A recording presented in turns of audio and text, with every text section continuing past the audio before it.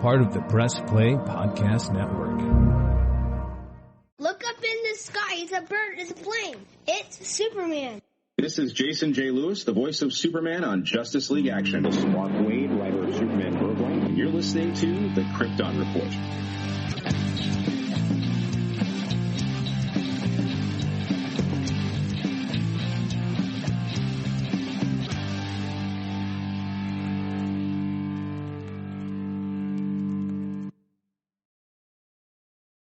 Welcome back to this theater for the next exciting chapter of Superman, the serials. I'm your host, Tyler, the Superman of Blue, and welcome to the Krypton Report as we get to the last leg of Superman, the 1948 serial starring Kirk Alyn.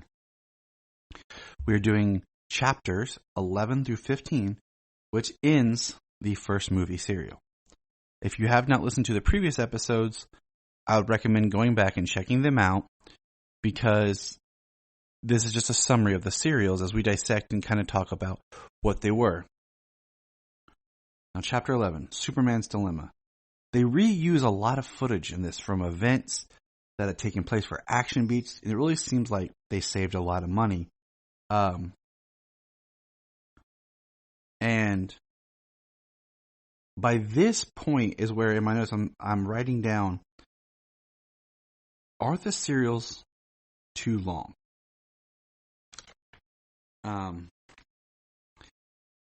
We have Clark save Lois, and Lois tricks Clark in probably one of the funniest things. They get their assignment from Perry, and that they're leaving, and Lois wants to get the scoop above Clark. And as she's leaving, she tells the secretary, "Hey, report my car stolen." And then the secretary's like, okay. Lois says, "Perry, I'm taking the Planet's car." They run outside. Her and Jimmy jump in the Daily Planet's car. And they start driving. And Clark comes and goes, I needed that car. And Lois is like, take mine. And tosses him the keys. So Clark goes and gets in Lois's car. And while he's driving to the story, gets arrested for the suspected theft of Lois's car. So now Lois has gotten Clark arrested. Clark is in jail. And meanwhile, on their way to the story, Lois and Jimmy get in hijinks and are then taken captive by the Spider Lady's henchmen, with Superman now in jail. Which ends Chapter 11. Now, Chapter 12, Blast in the Depths. Clark bends the bars from the jail and takes off. Saves Jimmy and Lois, but has to get himself back to the jail. You have a great shot of him flying back to the jail, moving the bars back into place, changing and getting back under his jail cot as the police come around to let him out, stating that they discovered he was innocent and telling the truth. And it was funny because that was probably one of the best Lois Lane beats in this first season. Or not season, serial section. Lois then takes Clark and Jimmy back at Perry's office and has a lead on where to go. They decide they're going to follow, but when they get to where they think the Spider Lady's hideout is, Lois is tied up. Clark unties her, but Jimmy gets out last and there's an explosion. And that's where that episode leads us. Chapter 13, Hurled to Destruction, starts outside the cave where we find where they thought the Spider Lady was.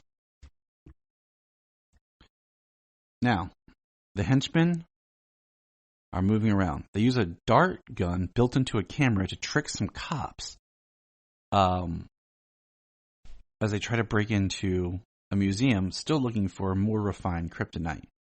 Superman takes off, flies to the car. The animation looks good. I'm going to say that again. They used hand-drawn animation for Superman's flight.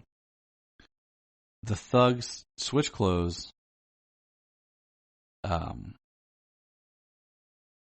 And they get the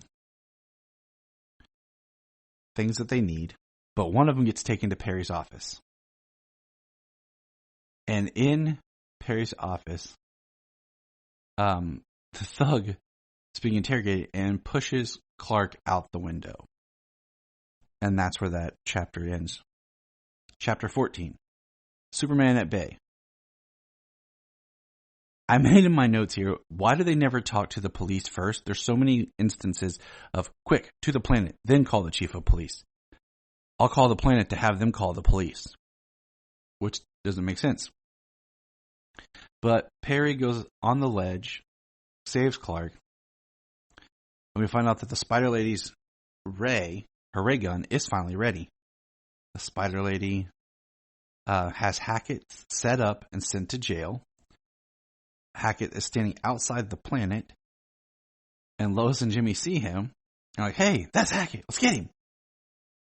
And Lois, tries to interview him. But it is a setup, of course, and Superman has to come and save Jimmy. But now, Lois is in danger being taken to the Spider Lady. Which leads us to the last chapter, the payoff. Superman saves Lois at the very beginning. The jail cell that Hackett was in is actually destroyed by the Spider Lady's ray. She basically set him up. And then, to escape the Spider Lady, this is one of my favorite beats. Jimmy, okay, check this out. You ready? Jimmy Olsen is a pilot. Cub reporter Jimmy Olsen is actually a pilot. He's flying an airplane for him and Lois. And I'm thinking he could probably do him better as a pilot than Cub reporter for the Daily Planet. But that's where Jimmy is. And so Jimmy's in this pilot, and I put, is he Launchpad McQuack? Because he basically crashes the plane to land.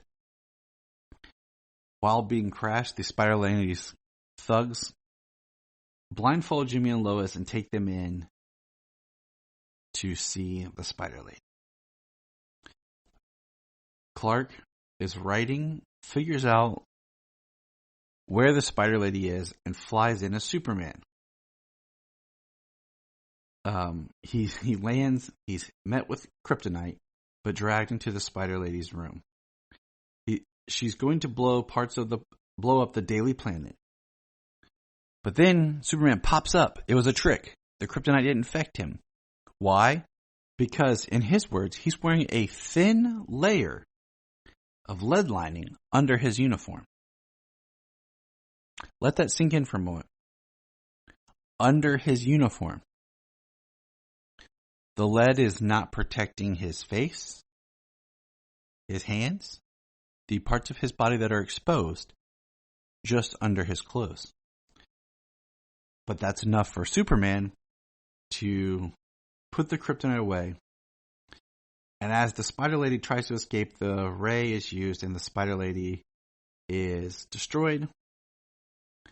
Jimmy punches out some of the guards. The ray gun is destroyed. Superman flies them back to the planet where Jimmy and Lois find Clark Kent asleep at his desk. The end.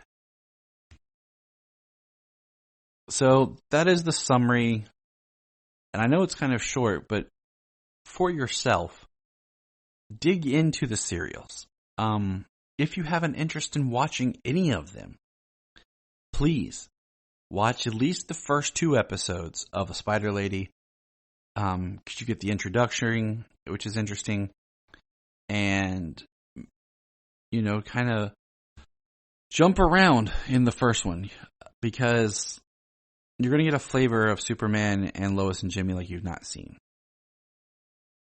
But that is all. I will be back at some time to review the second movie serial, the 1950s sequel, Atom Man vs. Superman. And I will say, out of the 2 serials, if you look at them as 2 distinctive things, the second one is the better one. So, remember. Look up in the sky. We just want to say if you've enjoyed this podcast, please check out other podcasts on the Press Play Podcast Network. Remember to check out Krypton Report on all social media platforms. Go to linktree.com/Krypton Report. You find all of our information right there. If you want to keep Krypton from exploding, join our $1 a month Patreon. That's right, for $1 a month, you'll get extra special content that you don't get on the main show, like movie commentaries and whatever else comes out of our mouths. So check it out, patreon.com/Krypton Report. If you are like Tyler and James and can't get enough Super Talk, check out these other podcasts. Digging for Kryptonite, Supergirl Radio, The Last Sons of Krypton, the Superboy Legacy Podcast, All-Star Superfans, Superman the Animated Podcast, The Aspiring Kryptonians, Always Hold On to Smallville, Caped Wonder, The Geek of Steel, and Truth, Justice, and Hope Podcast. Hey, we're going to press pause and hear a few words from our other podcasts on Press Play Podcast Network. Hello, Brooks here with the Books with Brooks monthly book club podcast. Here's how Books with Brooks works. We read one book a month and then we talk about it. Classics like Stephen King's The Shining, debut novels like We Are the Brennans by Tracy Lang, and tons of other compelling, life-changing stories, one book and 1 month at a time. So come read along with us and then listen in. This is Dan Jurgens, and if you want to have a good time, keep listening to the Krypton Report.